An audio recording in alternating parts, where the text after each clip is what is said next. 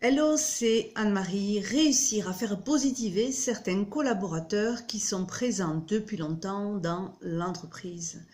Comment faire pour faire positiver des collaborateurs qui sont là depuis longtemps? C'est une demande que j'ai de la part d'une jeune femme de 30 ans qui est manager d'une équipe de 8 personnes dans un groupe automobile et qui a envie de faire positiver ses collaborateurs, de rendre ses collaborateurs, surtout ceux qui sont là depuis longtemps, comment les amener à les motiver, comment les amener à les remobiliser.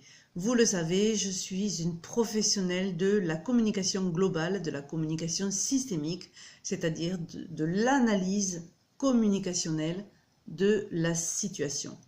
Parce que derrière le mot communication, on peut lire et entendre tellement de choses que ça me paraît important de préciser à la fois que l'approche d'une situation par la communication me paraît la meilleure aujourd'hui parce qu'elle permet vraiment de comprendre ce qui se passe, de donner du sens et ensuite d'avoir des actions, de poser des actions qui sont tout à fait adaptées, qui sont pertinentes sur la durée. Ça demande au départ d'avoir certaines clés et c'est ce que je m'efforce de faire au travers de mes vidéos et de mes accompagnements, de mes newsletters, c'est vraiment de donner des clés afin que les personnes puissent comprendre ce qui se passe dans leur contexte. Ainsi, cette jeune femme, on va l'appeler Laurence, elle ne s'appelle pas Laurence, mais on va l'appeler comme ça. Ainsi, Laurence, elle manage depuis 10 ans donc ce groupe de personnes et elle a beaucoup de mal avec une qui est là depuis longtemps et qui est extrêmement compétente mais pas du tout motivée pour faire en sorte que le service il avance. Donc qu'est-ce que ça veut dire? Elle n'est pas motivée, ça veut dire qu'elle retient les informations, ça veut dire qu'elle arrive en retard, ça veut dire qu'elle crée des tensions et des conflits dans le groupe, donc dans la cohésion de groupe.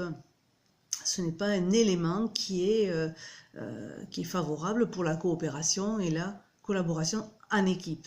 Et effectivement, cette personne, elle a un problème depuis un certain temps qu'elle n'arrive pas à dire. Donc, pour avoir travaillé sur cette situation avec Laurence, on a vraiment regardé comment se passait le système en place. Quelle était la manière de parler de Laurence, mais la manière de parler de cette collaboratrice qui est, comme je le disais, très compétente techniquement, mais pas du tout compétente en termes de relations. Donc là, ça va être important de s'intéresser à qui sont les membres de l'équipe, quel est leur âge, quelle est leur mission. Est-ce que les personnes se connaissent depuis longtemps? Qu'est-ce qui a été mis en place jusqu'à présent pour créer une coopération et une collaboration dans cette équipe? Et comment se fait le système des échanges? Comment les personnes se parlent entre elles? Comment l'information également circule? Est-ce qu'on arrive également à se dire les choses? Donc l'approche par la communication, mais c'est tout ça, c'est regarder comment ça fonctionne de plusieurs points de vue et à plusieurs niveaux. Parce que en communication, il y a une partie du message, c'est ce que je dis toujours, qui est à 20% qui est compréhensible, mais il y a 80% du message qui lui demande à être analysé et c'est le côté un peu mystérieux qu'il faut creuser absolument pour comprendre une situation. Après des dizaines et des dizaines et des dizaines d'heures d'accompagnement en équipe, je peux aujourd'hui affirmer que si il n'y a pas de cadrage qui est posé en équipe, et notamment par rapport à des règles de base sur la communication, et ça c'est le boulot, c'est le travail du manager, c'est le travail du chef d'équipe, de vraiment poser ça avec son équipe, et bien son équipe va aller à volo.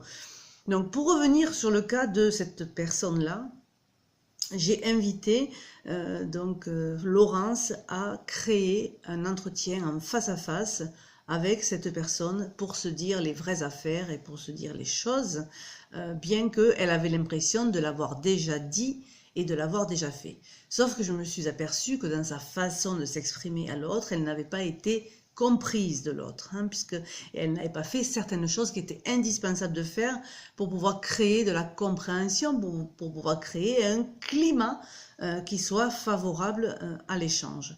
Donc à partir de là, Laurence a pu s'apercevoir que dans sa posture, dans sa façon de communiquer à l'autre, elle avait des choses à changer pour être comprise donc de cette personne plus âgée, et elle a aussi compris ce que pouvait vivre l'autre personne en face d'elle et quels étaient son conditionnement, son vécu, tout son système. C'est vraiment d'apprendre à connaître le système de l'autre. Alors vous allez me dire, mais on n'a pas le temps de faire tout ça. Certains me disent, je ne suis pas assistante sociale. Or, les managers d'aujourd'hui, les chefs d'équipe ou les personnes qui ont à travailler ensemble en relation, ont absolument à acquérir les outils de base de la communication, parce que qu'est-ce qui va se passer au bout d'un certain temps? Ça ne va pas être possible de créer de la cohésion, il n'y aura pas de la motivation d'équipe, les projets ne vont pas avancer, les collaborations ne vont pas se faire, les personnes ne vont pas s'entendre, il va y avoir du burn-out, il va y avoir du turnover, donc tout un tas de choses que l'on entend aujourd'hui dans tous les médias, la presse, etc. Donc ça crée des tensions, ces pièges-là en communication créent des tensions dans la relation. Et ces tensions, ça amène inévitablement des obstacles sur le chemin de la coopération. Donc là, ça va être important pour, si vous êtes manager, vraiment d'acquérir ces outils de communication pour être bien armé et bien outillé pour pouvoir installer une relation dans de meilleures conditions. Réussir à faire positiver une collaboratrice qui est présente depuis longtemps dans l'entreprise, ça va être de créer un cadre spécifique dans un entretien de face à face en utilisant les outils de la communication. C'est ça qu'il va falloir faire pour pouvoir débloquer, pour pouvoir déscléroser ce qui est sclérosé depuis 10 ans, parce que dans cette situation, ça fait 10 ans que ça dure, ça fait 10 ans que Laurence a une collaboratrice qui avance à reculons, qui a des résistances et qui ne met pas du tout de bonne ambiance dans l'équipe. Donc là, ça va être important de s'attacher à ça et de recréer du lien, de recréer un climat qui soit favorable à tous. Ça, c'est le travail du manager de proximité. Et c'est vrai que j'accompagne depuis longtemps maintenant ces managers de proximité, parce que certains managers ont été propulsés à des postes de management et ils ne savent pas forcément s'y prendre pour manager. Ils vont manager comme la plupart des personnes à la manière directive, c'est-à-dire à une manière autoritaire. On appelle ça aussi un bon chef de famille. Donc le bon chef de famille, il est tantôt trop laxiste ou trop gentil et tantôt trop autoritaire. Donc il a un style directif qui n'est aujourd'hui plus possible, en tout cas pas complètement, dans nos PME d'aujourd'hui, parce que moi je travaille presque essentiellement avec des PME, des chefs de petites entreprises et aussi dans des services de collectivité ou de grosses entreprises, comme par exemple donc une banque dans laquelle j'étais récemment. Et là, ça concernait vraiment la relation dans un service juridique, donc d'une nouvelle personne qui avait été propulsée manager dans un service juridique et elle ne savait pas comment gérer les relations humaines. Donc, faire positiver une personne, attention, il ne faut pas lui dire, par exemple, il faut positiver, on y croit, on y va, je te le demande, ou ça ne fonctionne pas avec quelqu'un qui est résistant ou qui est rebelle depuis un certain temps, depuis longtemps. Là, pour le coup, ça fait 10 ans. Donc, c'est vraiment d'apprendre d'autres façons de faire pour pouvoir dépasser cette difficulté. Et quand on est manager, on a envie d'avoir une bonne équipe qui fonctionne bien, qui est complètement engagée dans le projet et qui est engagée à ses côtés, et surtout sur laquelle on peut se reposer, on peut s'appuyer et on peut déléguer. Les managers d'aujourd'hui, je le vois dans les personnes que j'accompagne, se sentent souvent très seuls dans leur façon de gérer leur équipe. Voilà, j'espère vous avoir apporté un certain éclairage pour pouvoir gérer la relation en équipe, apporter plus de motivation, plus de confiance, plus de cohésion.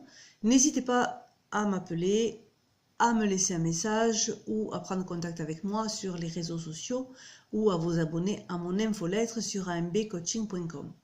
Je terminerai en disant que j'ai mis en place un MOOC, une formation en ligne courte de 59 minutes que vous pouvez écouter de n'importe où à partir du moment où vous avez un ordinateur et une connexion Internet.